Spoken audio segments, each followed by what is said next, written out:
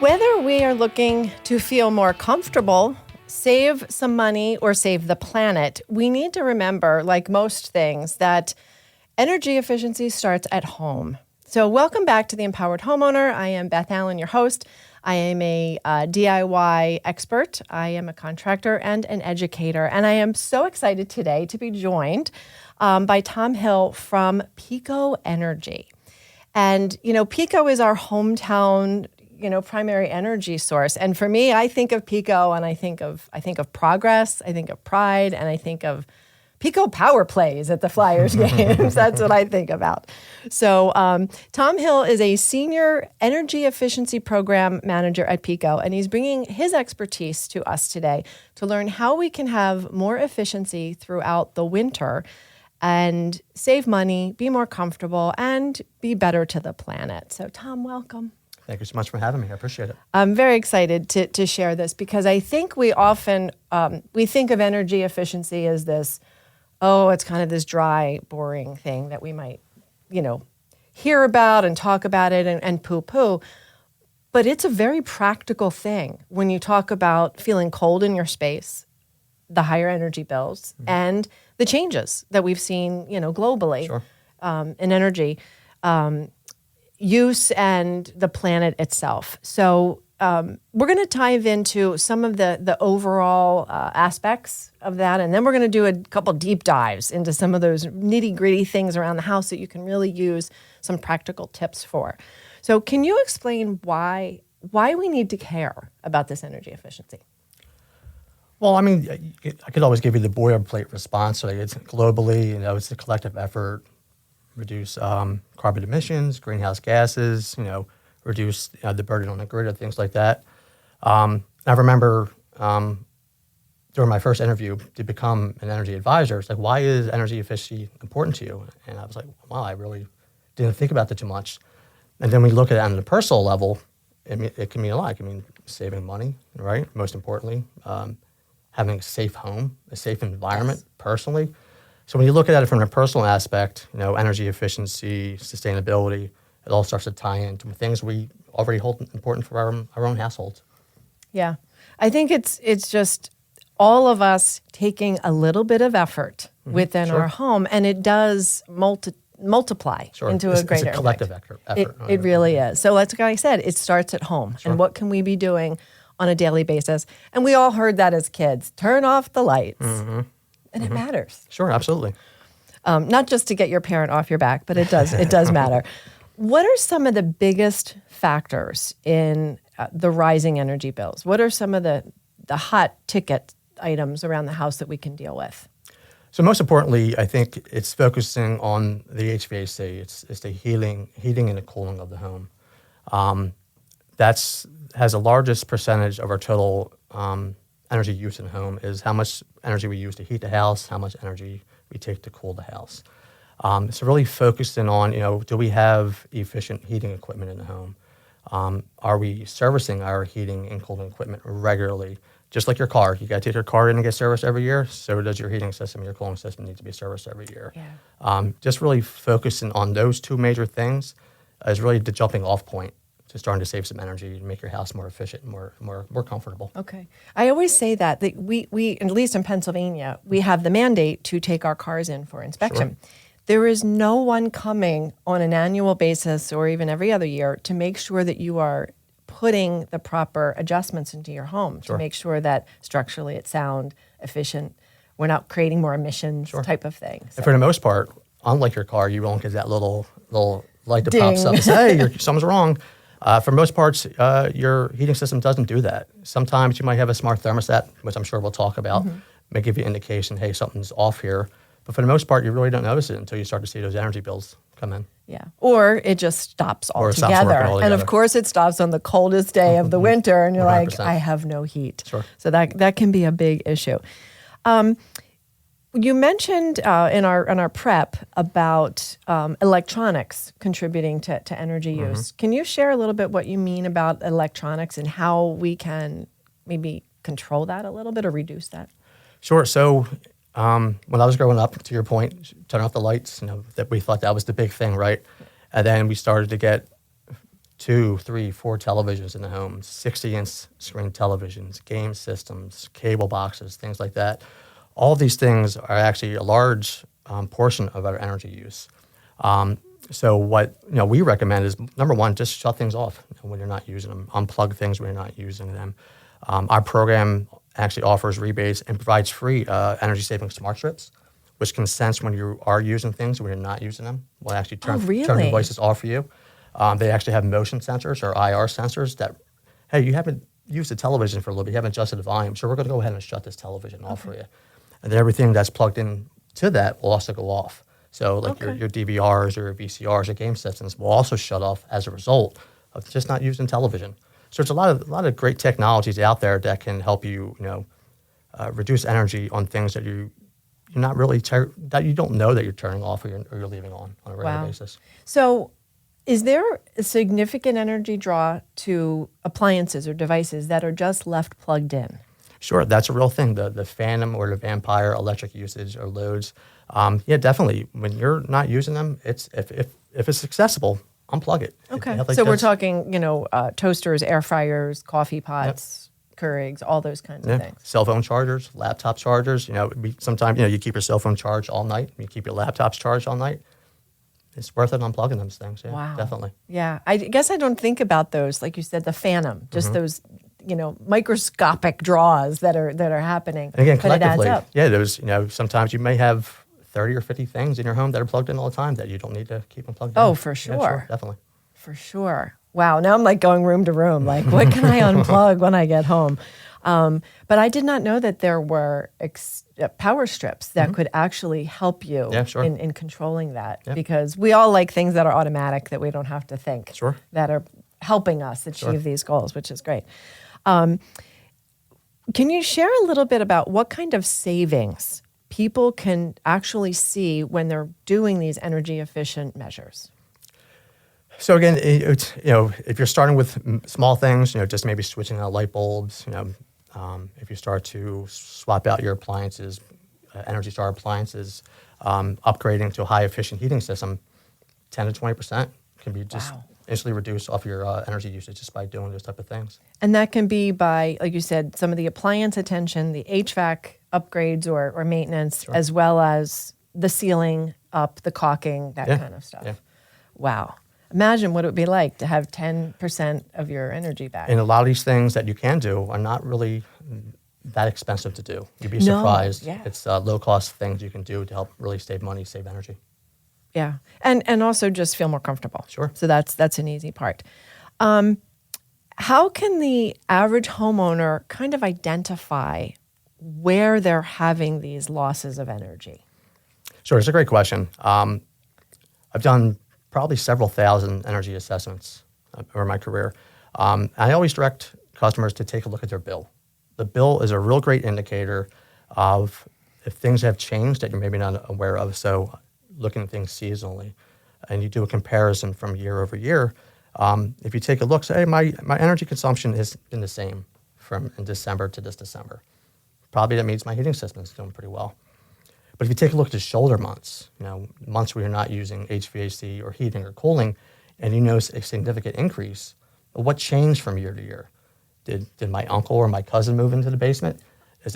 Are the televisions being left on? Did I have I swapped out my appliances, my refrigerator? Maybe something's drawing a lot of energy, from my washer or my dryer.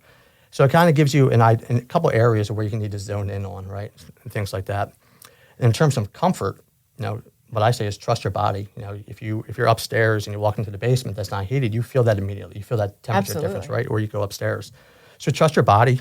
Most people know that don't go near that window. That window is drafty. It's cold over there. So trust yourself. Most homeowners really have an idea of what areas in homes are not comfortable and probably areas that need to be addressed. Okay. Yeah, when I teach my energy, weatherization classes, I always say to people, you need to look, listen, and feel. Sure. You need to look for the cracks where you see a little peak of sunlight, coming through. Sure. You want to feel around the windows and doors. Do you feel wind or the cold? Do you actually hear? Sure. On a windy day?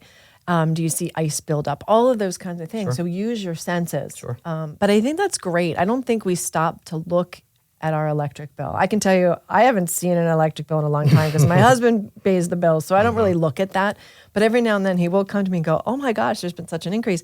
And then we've looked and said, oh, well, that's because 2 boys just came back from college. So for those, no wonder January, December was up maybe more than January, February. Sure. Because we had 4 bodies in the house, right, 100%. Instead of 2, Sure. That kind of shift. Sure. So I think that's important. Is there anything in particular on the bill that we should pay attention to? I know it has like the graph and it shows you usage. It also shows temperatures compared to last year. Anything else that we could kind of hone in on that bill? Yeah, again, I would just take a look at the actual usage. You look at the bar graphs and you may see slight differences between, month over month or year over year. But definitely take a look at your usage, how many kilowatt hours you used from this month to next month. Some customers receive the neighbor comparisons, right? And tells you, hey, in your area where you're living, your neighbor has the exact same home as you, is using 20% less energy than you are. So then it kind of puts you on a path, and maybe I need to contact PECO for an energy assessment, which we offer. It also gives you seasonal tips at the bottom of your bills. It gives you just shoulder month tips, things you can do all year round. So again, aside from just maybe staying away from what your bill actually looks like, there's a lot of tips in there. That hurts, Right. Yeah.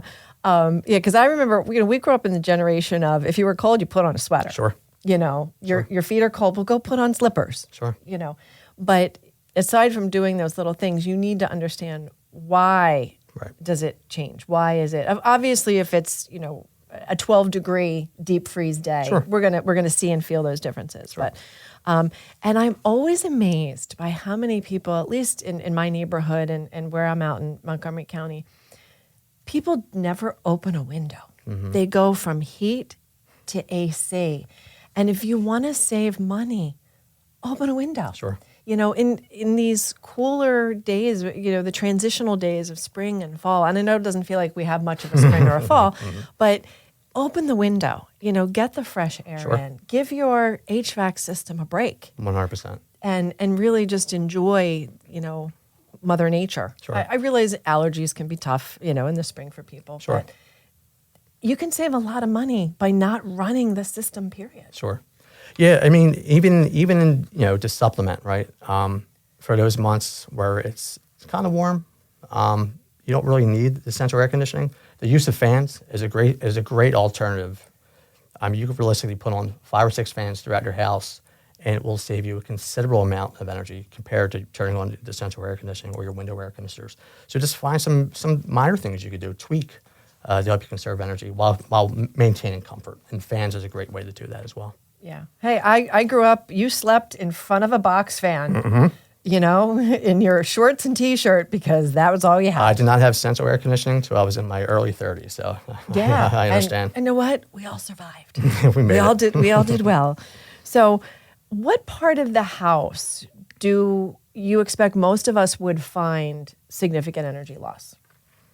I always top to bottom. So what's happening in the attic, what's happening in the basement.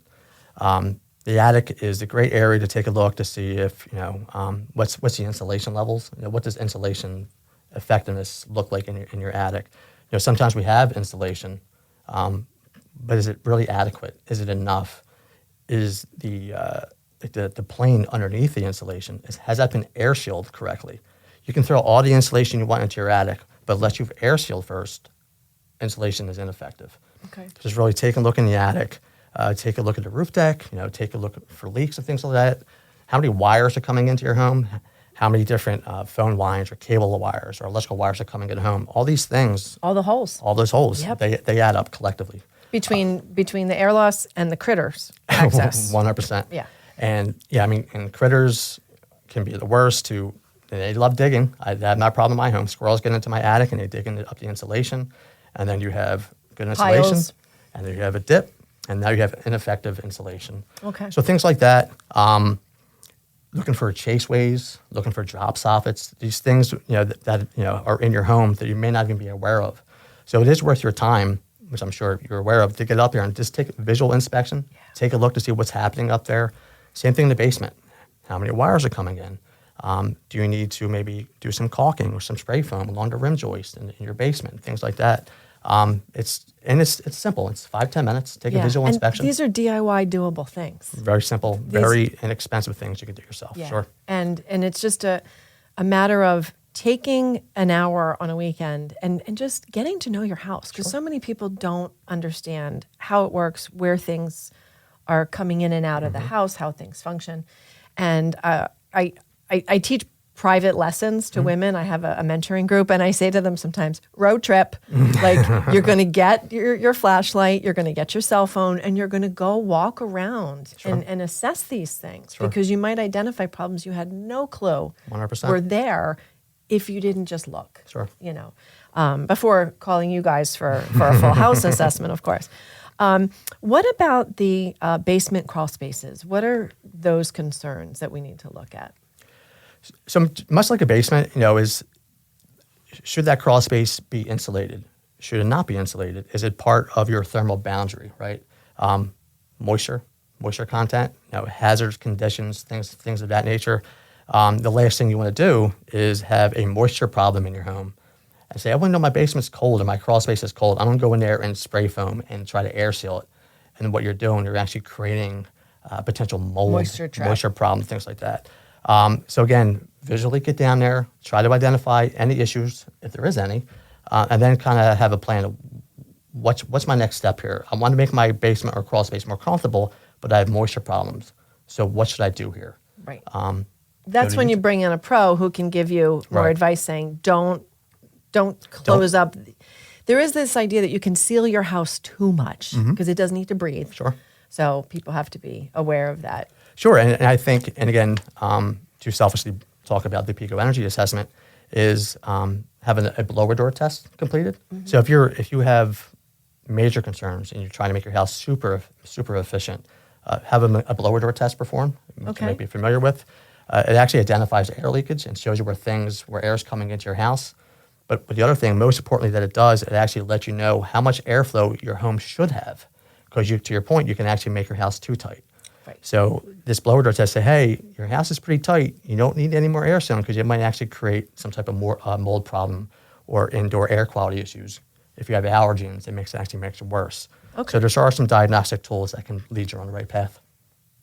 That's very interesting. Yeah, I haven't heard of too many people doing that, but it's definitely something. Like you said, what are you thinking? Like an older home or even new homes? Any new home. Yeah, I mean so if you want to have like an Energy Star home, like certified home, right, or a net zero home, blower door testing is part of the scope of work as you're building that home. We want to know, how tight is this house? Do we need more air sealing? Is it too tight? Do we need to add mechanical ventilation? And that's step one. How tight is your home? Is it too tight? Is it not? Can you afford to have some insulation or some air sealing added? And I think that diagnostic tool is very important towards energy efficiency. That's great. Great advice. We talked a little bit in prep about solar. And what are some opportunities for people to explore solar? Because there's so much misinformation and overwhelm about solar. Sure. So again, I think what's your plan? What are you looking to offset in terms of how much energy? Some people just get enough panels to supplement maybe their hot water heating, because maybe that's their primary focus. I have 10 kids in a home, take a lot of showers, do a lot of laundry, and that's where the real problem is. And maybe that's what you just want to offset, is maybe just your hot water. Or if you're looking to recreate your entire amount of energy use, have someone come out, do an assessment, how many panels you need to recreate your energy use, the position of your home, right? Yeah, that's huge. Are you facing north or south? It sounds involved, but it's really not. Okay. There's a lot of great subcontractors out there that can put you in the right direction. What are your needs? How much do you need to recreate? PECO now offers rebates on solar panels and things like that. A lot of information out there, and there's a lot of great subcontractors who provide education on what you're looking to do with because solar. You don't have to do your entire house. No. And that's a great idea. I never really thought about, you could, like you said, just do your HVAC and water heater. Sure. If those are bigger pieces. Okay. But again, it's very important is, the pitch of your roof, and where you're facing. Are you going to get enough solar gains to to adequately supply, recreate that energy that you need. Right. So you need most instances you need a professional to help you along. Absolutely. With that, sure. Yeah. And some people don't want the solar panels on the front face of the roof. Right. It's okay if it's on the back side. Sure. So you have to figure all of that because we're not all going to have a solar panel farm in our backyard. You could do that, but you have to have enough land, Sure. to do that. So when we talk about HVAC, the heating, ventilation, and air conditioning, what are some of the things that homeowners can do kind of today, to increase some of that efficiency from their heating system? So we talked about it earlier, just routine maintenance, right? But there's a cost associated with that. We know The service call. Yeah, that's another $250. That's another $300 here. But things you can do, right, is you can clean or change the filter yourself. That's a very inexpensive. Every 3 months. Every 3 months. Doing energy assessments. What I've seen a lot is families putting couches over top of return registers or supply registers, things like that. Just not noticing rugs over top of supply registers. Moving things out of the way of your primary heating system in the basement. Don't have things blocking, the air intake and things of that nature. It's really just simple things that you can do just to make sure that your heating system works effectively and efficiently. Again, it's I could say the maintenance. When we do decide to have your heating system maintenance, if it's a gas system or oil system or a heat pump, electric heat pump, right? Making sure that the refrigerant levels are checked regularly. Sometimes refrigerant leaks can be a big problem and help create energy loss, high energy bills. So again, it's just being cognizant of what you have in your home when it's time to have those things serviced can really lead a long way to having your heating system last a long time. Okay. And actually looking at the manual from time to time, owning a manual. And I always tell people, if you can't find the manual, there is a sticker on the unit with the manufacturer. There's a phone number, there's a model and serial number, and you can call and they can PDF you. Sure. Or they can email you the PDF. So there's no excuse of, I don't know. You can get that information so that you can be a partner in maintaining that device. Sure, and I think especially if you're purchasing a new unit, become a friend with your HVAC technician. Keep their card on hand. Yes. Because even just for general knowledge questions and tips, they're really a resource for you. You have a warranty with them. Utilize their services to help make sure that your heating system is working properly. Yeah. I do know a lot of homeowners who are afraid to make that call to HVAC because they feel they're going to be upsold. Sure. And they feel they're going to be pressured into That's doing fair. things. That's fair. But for me, it always comes back to you need to be educated on it's like taking your car in. The more you understand, the more you can counter, does this have to be done now? Sure. Is this affecting the performance of my HVAC today, or is this something we're going to see maybe in 6 months? That's I a great need to point. make that so Great that point. you can budget when you can make those changes. Yeah. Because what is the average cost? I know people who have spent $15,000 on new HVAC systems. It can be a lot of money. And probably more than that in some instances. Yeah, sure. So you have single zone, 2 zone, all of that stuff. Yep. It really does add up. In terms of other heating and cooling devices, we've got air pumps, we've got mini splits. Are there, hierarchy of what uses more energy than others? Well, I can tell you what uses the most would be electric resistant heating, which we see a lot of in Philadelphia, and we see a lot of in rental properties in the Philadelphia area, just as electric baseboards that are sitting at the bottom of the walls. Highly ineffective, highly inefficient, and they do nothing but drive up your utility bills. Okay. So if you're looking to stay away from something, I would definitely stay away from electric resistance. Okay. So the electric baseboards. Electric baseboards, stay away from. Okay. 100%. Space heaters. A lot of people use electric resistant space heaters in the corners. No good. Yeah. I know they're trying to tackle just a small space in a home where maybe it needs to be some supplemental heat, but they really do drive up the utility bill. Electric heat pumps have come a long way over the last couple of years. Ductless mini splits, window heat pumps is now a thing. Portable heat pumps is now on Energy Star's radar for certification. These things that used to use a significant amount of energy are really now really effective Really, especially for ductless mini splits. You see a lot of those in Philadelphia row homes now. People So there might be more of that original output of expense, but long term. long term. Okay. Yeah, and they're 10 to 15 years with routine maintenance. These type of systems will last a long time. Okay. In conjunction with smart thermostats, air sealing, things like that, can really go a long way to making sure these new type of systems last a long time and are effective and efficient for you. Yeah, more efficient than central air. Yeah, 100%. And I think the good thing about ductless mini splits is they really tackle the zones. Right, the rooms you're in rather than the empty bedrooms that nobody's using at the moment. Right. Yeah, and that's important. Sure. I do want to do the shout out about space heaters and about safety from a fire perspective. And so many people misuse a space heater. Space heaters have to be kept on a flat surface, a non-flammable surface, not an area rug or a little toss rug. And you absolutely have to make sure that it is not plugged into a extension cord. It must be plugged into a regular 3-prong outlet. Great tips. And it's so vital because every winter we hear those stories about, row home fires or whole house fires because of things like that. And it's too much of a draw. So you have to be mindful. That's a great tip.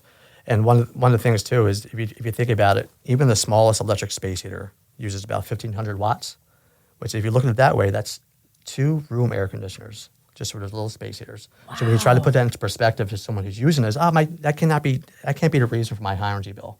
But if you look at that in terms of, well, that's 2 air conditioners that's running for all that time, then it triggers like a reaction to think, wow, I had no idea that the little thing used that much energy. Wow, I did not know that. Yeah. That is that is a really useful tip. Yeah. One other thing about heating and cooling that to me is just huge is definitely those air filters and changing them on a regular basis. Sure. And you have to read the manual. You have to make sure you're buying the right one. And then there's the MERV and how much filtration. Sure. Because if you don't understand that, you can be trying to overfilter that house. Sure. And you're challenging that HVAC unit because you're trying to have like hospital quality air in your house. Right. So yeah, I did do a whole episode a few weeks ago on filters, and I talked a bit about that. Great point. The other thing too, again, to your point, educating yourself, because you can actually put a filter that's not meant for your heating system, and your heating system will shut off because there's not enough static pressure to get that airflow going through the filter. So to your point, do the research to make sure you're putting the right filter into your HVAC system. That's great. That's great. Okay, Tom, we're going to take a quick break to hear from our sponsors and support our friends at Laurel House. Since 1980, Laurel House has been a lifeline for domestic violence survivors in Montgomery County, offering a safe shelter, a 24/7 hotline, trauma counseling, relationship education for teens, court accompaniment, and medical advocacy. But there's more work to do. Together, we can end domestic violence and help families rebuild their lives, whether it's volunteering at their thrift shops, assisting with childcare, or becoming a text line responder. Your time can make a real impact. With training and support, you can become an advocate for survivors in our community. To learn more about volunteering, donating, or simply offering your support, visit laurelhouse.org or call 610-277-1860. Every action counts. Together, we can make a difference. When it comes to weatherizing your home, whether it's the heat of the summer or the cold of the winter, your go-to is the Frost King. Frost King has been the nation's go-to resource in weatherizing your home from drafts and bugs and water infiltration for decades. My favorite product is the reusable Weather Seal. This thin product can go on any door or window. It is lightweight, it is white in color to blend into all of your door frames, and it is completely repositionable. So if you are looking for the perfect Weather Seal, your go-to is the Frost King. Well, let's tackle the next part of the house. We've talked about attics and basements, and let's talk about doors and windows. Mm-hmm. What can people do around the doors and windows, aside from the big ticket we're going to replace everything with the most modern energy efficient stuff? So there's the real simple things, right? There's caulk, right? Weather stripping. Again, funny. One of the reoccurring issues I've seen in customers' homes is just not locking their windows. Thank you for saying that. I have that on my list. Okay, perfect. I tell people every time you close the window, lock it. 100%. Yeah, because if you may not know, if you have a double hung window, when you lock them, it actually pulls the seal together. So a lot of times you feel the draft right in between the two sashes. Yeah. Very simple. That's a real easy one. Making sure the top sash is already up position. And prior to being in energy efficiency, I was a general contractor as well. I've installed a lot of windows. In terms of what you need to caulk in the area, back of that 2 1/4 inch trim, under the sill plate, under the apron, the sash bead. Just take a look at, wherever your wood makes contact with the vinyl of your window, that's probably where you need some caulk. Yeah. And wherever the wood trim hits the drywall. 100%. Because so many contractors don't do underneath the sill and the top because you don't see it. That's right. So they don't bother to do it. And that's where you get air and critters. Sure. Ants love crawling right through those gaps. And I would love to say for everyone to get up on a step ladder and go outside or a ladder, because that's where the air is coming from, is outside. Right. But if you can take a visual inspection to see how well the windows are caulked on the outside, the capping where it meets the frame, take a look and see what's going on outside too, because you might need to address that. Okay. Yes, and of course, be careful on your step ladders. 100%. When you're doing that Sure, outside. Sure. The spray foam. Where I love using spray foam products. Where might we be using those? So I would say, if you use it, it can get out of control pretty quickly. Sparingly. So I would definitely start in the basement and attics, where maybe you're not looking for a finished product. So again, those wires that are coming into the basement, maybe where your ductwork is coming up through the floorboards in the basement, those areas can be spray foamed. In the basement where you have the floor joists that go into the foundation, spray foam around those areas, things like that. Even where the refrigerator line coming up from the basement. Sure. Yeah, 100%. Okay. Yeah, I mean, caulking's great, but caulking over time dries out and kind of cracks and air starts getting back in. So large gaps, stay away from caulk. In my opinion, that's where you would want to use spray foam, expanding foam for those areas. Yeah. And I like using foam with steel wool. Okay. So you put a little bit of foam in, and then put some steel wool, and then more foam, keeps out the mice. Oh. Teaching me something. That's why I'm here. I'm here to learn too. Yeah, I think people underestimate the use of spray foam, especially, like you said, around those utility line access, because there is so much opportunity for draft and even water infiltration, around it. Great point. It's a great point. Yeah, sure. So when it comes to dealing with pipes and keeping our hot water hot and our cold water from freezing, what type of things do you recommend homeowners implement for their water, whether it's copper or PECs? Oh, sure. So Frost King offers great, pipe insulation. Most important thing I can say with pipe insulation is make sure you're getting the right size pipe insulation. You see a lot of 3/4 pipe insulation stuck on a half-inch pipe, which is essentially ineffective. Okay. So that's very important. Same thing, identifying if the pipes are running through a conditioned or unconditioned space. If it's running through an unconditioned crawl space, outside, back inside to the house, you really need to identify those areas to address, say, do I need to put insulation here?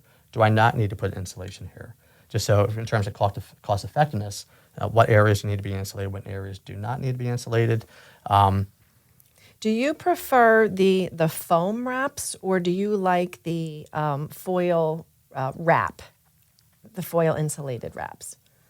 I probably wouldn't say I have a preference. Okay. What I would say, just like any insulation, though, I think one of the things that is not addressed is when you are putting two pieces together, to make sure you use some type of foil tape to make sure that that's seamless. Right. So when you're putting that hot dog bun basically around around the pipe, right, that you do want to put the tape so that it actually seals. That's right. And it's not, right, the little pie opening. Or if you're making an elbow bend, right? Right. What's that corner? What's that miter look like? Have you sealed that miter with tape or something like that? Because again, the smallest gap can have the You're biggest, losing largest energy. impact. Yeah. Okay, terrific. Yeah, I'm a big fan of insulating all of those pipes in the basement ceilings, the crawl space, Sure. wherever. And it's not just, keeping the hot water hot. It prevents the cold water from freezing. So you're getting both. So don't think that, I just do my hot lines or my cold. You do both. Sure. And make sure that they're protected, because You're, nobody you're, wants you're frozen mitigating pipes. a potential larger risk of having a pipe burst by not insulating. Yes. Yeah. And there's a very cost-effective way of doing that. Yeah, Sure. they're very inexpensive. And you can buy those in, long sections, and they have the pre-cut corners. Yeah. So you don't, it's even like a 12-year-old could do Sure. this for you. It's Sure. very easy. So we've talked a little bit, again in prep, about Energy Star ratings. Can you explain? I know we see that when we go appliance shopping, and you're like, "Oh, it's got a sticker on it. It makes it better." Right. What does that really mean to us, and why should we look for those? Again, it's a resource to let consumers know that this product has been vetted, and when you're using it, that you're using an efficient product that is not going to drive up your energy use. I like that. I like seeing that little yellow star on the bottom. Most importantly, especially for today, if you're looking for like maybe a rebate program or incentives, the only way you're going to receive those incentives or rebates if those products are Energy Star certified or qualified. Okay. So when you're looking for that, if you're looking to maybe upgrade your heating system and you speak to an HVAC contractor, I need an Energy Star product because I'm looking to get a rebate on this thing. I want to be kind of offset my costs a little bit. And that's a great way of helping you get to that point.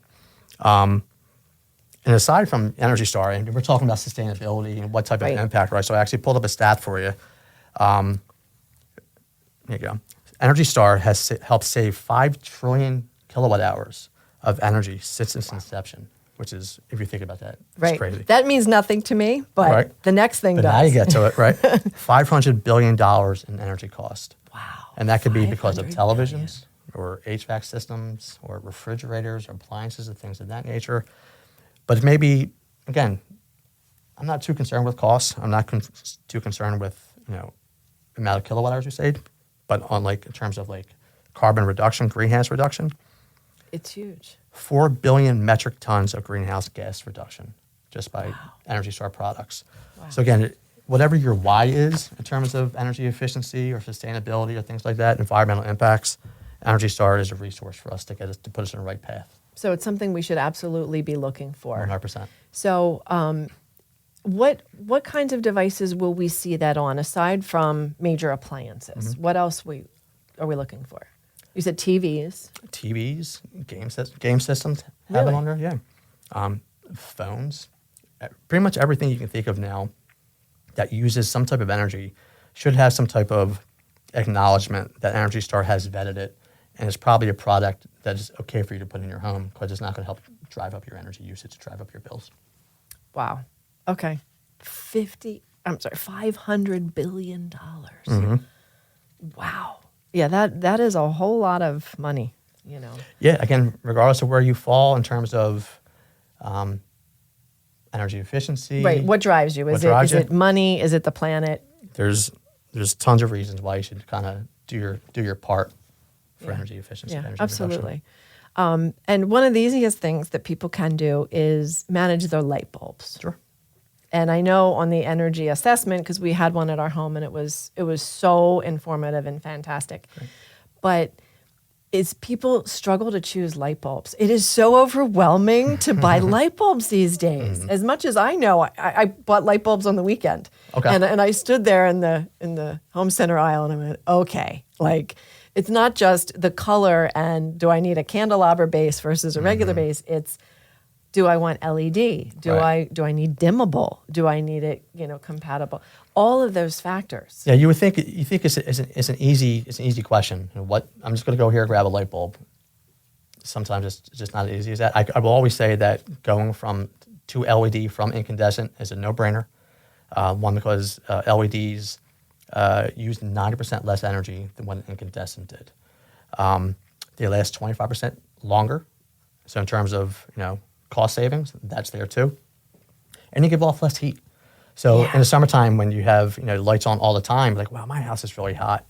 I got to crank this air conditioning down. Well, you're doing it probably because you have too many incandescents in your home.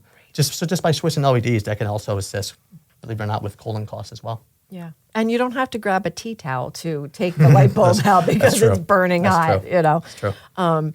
So, but people do need to be aware of, you know, there's the different kelvins, you know, there's a different range of quality of light.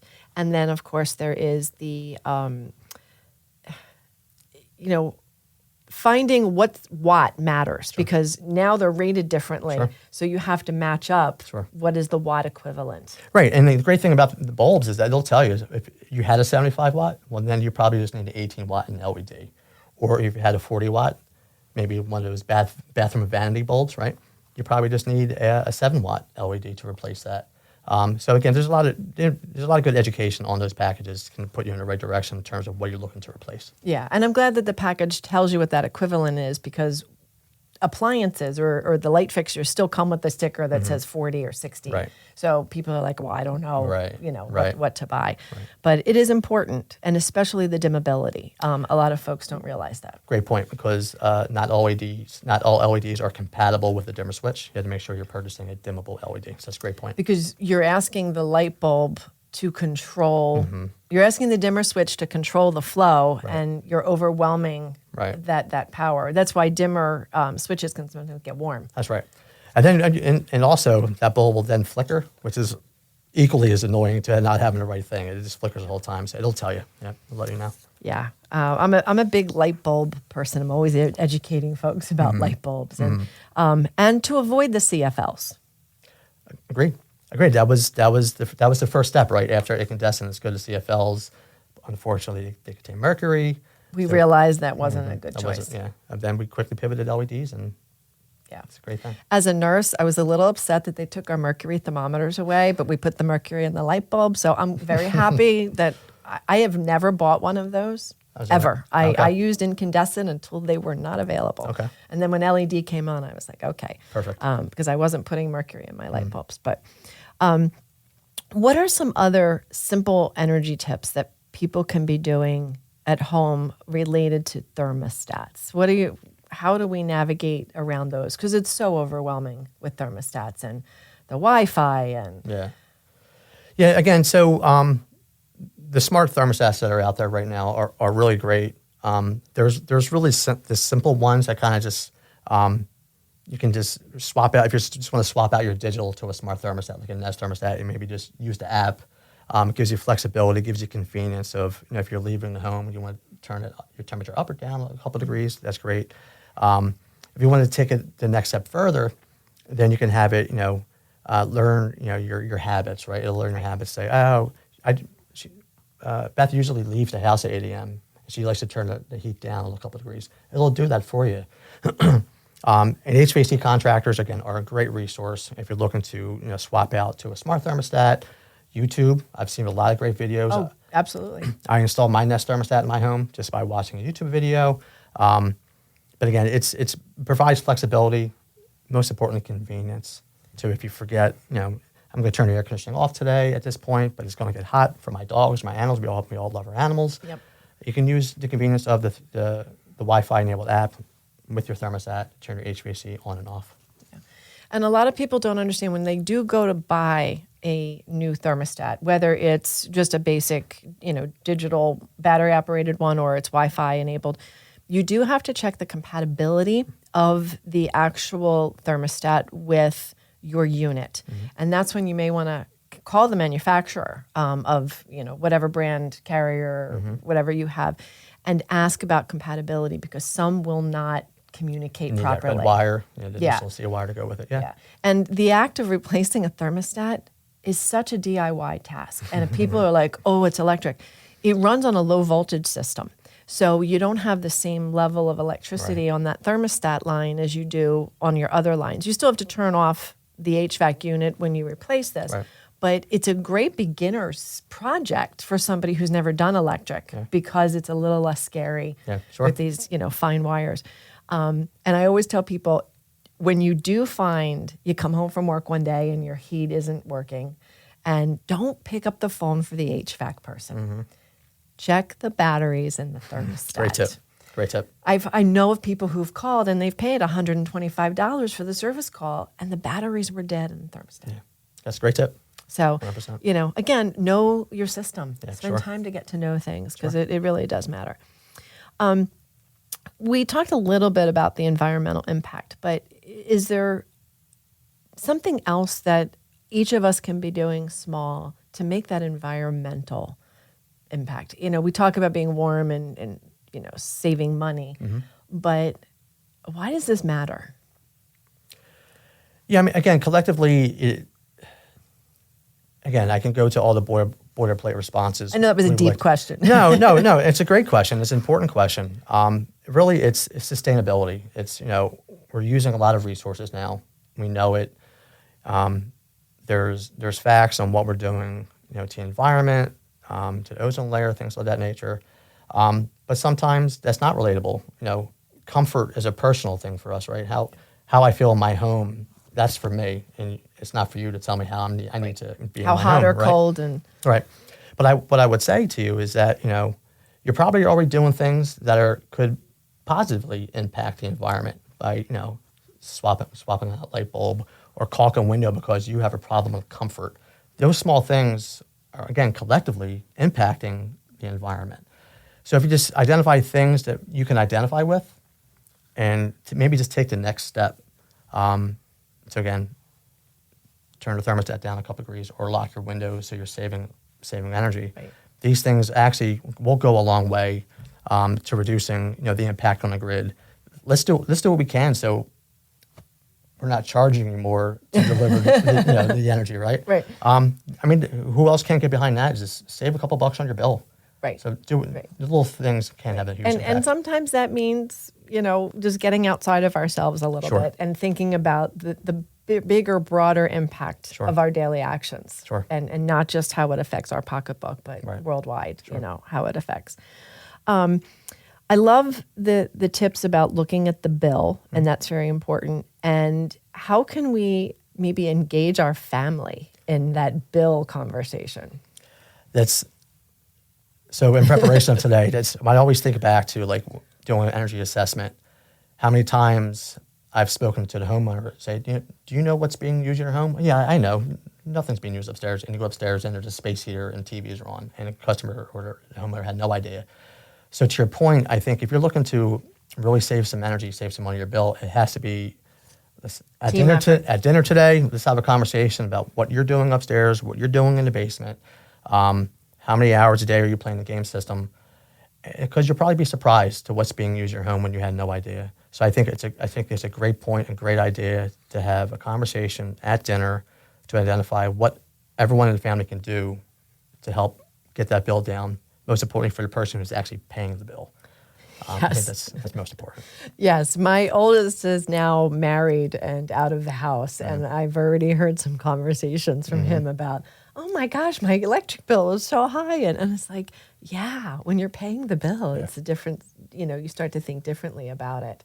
And I have one kid who's in a house up at college, and it's not very energy efficient. So I've sent him off with Frost King gear. I'm like, here, this is because he's paying the oil bill. Right. And, you start to be aware. But I do think it's important for us to engage our family in that conversation as not just yelling at them to turn off lights, but, when you engage people in a solution, they get on board more than yelling, dictator instructions to them. Yeah, understand what impact they have, on what's happening in the home and like the potential of, well, how much can I put, like, again, so I manage the low-income program for PECO, right?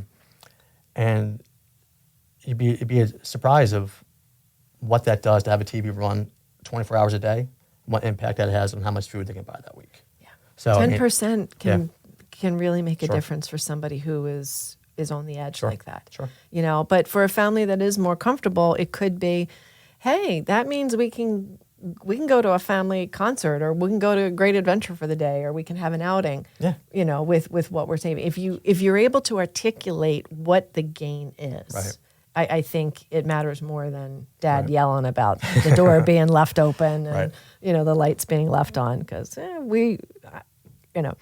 My husband always was complaining about the laundry room light being left on because the laundry room was the conduit from the garage to the kitchen. So that light was always being left on. So a couple years ago for Father's Day, I bought him an occupancy light switch. And he doesn't do the DIY stuff. I do. So I installed it and he's like, I love this. When nobody's in the room, it just turns off after 2 minutes. Right. And it has been great because the light is not left on. Right. And it's simple things like that if you have those high traffic areas where people are not turning off lights, look into those occupancy sensors. Yeah. Or timers that you can put on, lighting and all of that. Right. Yeah, I mean, even for security. I mean, again, talking about safety, for homeowners who do not have motion sensors outside, who just leave lights on all the time because they want to feel secure and feel safe, just by maybe a $20 fixture, swapping it out, having a safety feature outside that turns your lights on and off for you, it goes a long way. Yeah. I'm a big proponent of even the screw-in adapters. Yeah, sure. So that there's no electrician involved, there's no major skills, and it's a simple thing. And even some of the light bulb companies have now come out with photocell sensors in the actual bulb stem and motion sensors. Yeah. So you're going to spend maybe $25 or $30 on that bulb, but you're getting the control and the impact that you're looking for with minimal effort, which is really important. Couple other things that I think we can talk about is, obviously turn things off, turn the temperature up and down. Ceiling fans. People don't realize the power of a ceiling fan. And I always remind people, in the winter, you want the blades to spin clockwise, and in the summer, counterclockwise. So what I do to remember that, I'm going to go to the ice cream counter in the summer. Okay. That's how I remember it. I'm going to go to the ice cream counter in the summer, so it's counterclockwise. So you just stand under your fan and see what direction it's spinning and then change the blade. Now, on the motors, the little tiny switch, this is not hard. Right. And it'll move the air in the right direction to keep you comfortable. Right. Great tip. It's all about circulating air and help you reduce costs. It's a great tip. It's one of the regular tips that our advisors preach to our customers on a regular basis. That's a great one. Yeah. And I usually tell people to do it with the fallback spring forward. Yeah, great idea. As long as we still do that, Just like with the if you have batteries with your smoke alarm, same thing. Yes. Spring forward, fall back, change your batteries. That's when you do a lot of this maintenance stuff. Sure. Is just kind of do your inspection. And another thing, I just shared this the other day on Instagram, is to keep your garage closed. Because so many people have garages that are attached to the house, and they butt up to, your kitchen, your family room, bedrooms. And if all that cold air is rushing in, your house has to work that much harder to warm those rooms. So keep the garages closed when it gets cool. Another great tip. And to your point, talking about what can you do around your windows and doors, my door is so drafty. I can't figure out why. I think my door needs to be replaced. And how many times I've seen where it's just maybe the keeper plate is loose and the door's not closing and locking adequately, and it's not sealing correctly. 97 cents at Home Depot or Lowe's. It's simple things that you really need to look for first before you make those huge investments. It's really times it's a low cost item that can help you save a lot of money in the long run. So, and it could be like just tightening the screws. Yeah. Simple. And simple little things that we can all be doing. So I have a question for wrapping this up. Where can people find more information from PECO on the website? Because there's so much on that website. Yeah. It's really helpful. But where should we look? You can go to PECO.com, ways to save. Ways to save. Okay. And you can there's for your home, there's energy tips. We'll give you seasonal, so for winter and cooling. And then also year-round energy tips, where we talked about shutting lights off, switching out light bulbs and things like that. There's a lot of great information on PECO. Again, you can also, PECO offers rebates for the energy saving smart strips we talked about, heating and cooling replacements. You can sign up for an energy assessment all through PECO.com on ways to save. It's a whole list of information to help educate and empower customers to help save money, save energy. Yeah, and this is huge for us to be able to do that. Well, we're very excited to be partnering with PECO here at the Empowered Homeowner, and PECO will be coming back in January and in February with 2 more episodes. We'll be doing some more deep dives. And one of them will be all about an energy assessment. Great. So I'm very excited to be able to share that with our listeners so that they can understand, is that right for them? Because like you said, we all need to take a little step in doing this and having that impact to save money, to be comfy, and of course save the planet, Sure. which is such a vital thing. So Sure. Tom, thank you for being here. Thank you for having me. I appreciate it. And check out, for YouTube listeners, make sure you look in the description and you find all those links, and we'll direct you to all the resources that PECO has to offer. So, and as always, remember that doing it yourself doesn't mean doing it alone. There are resources out there to help.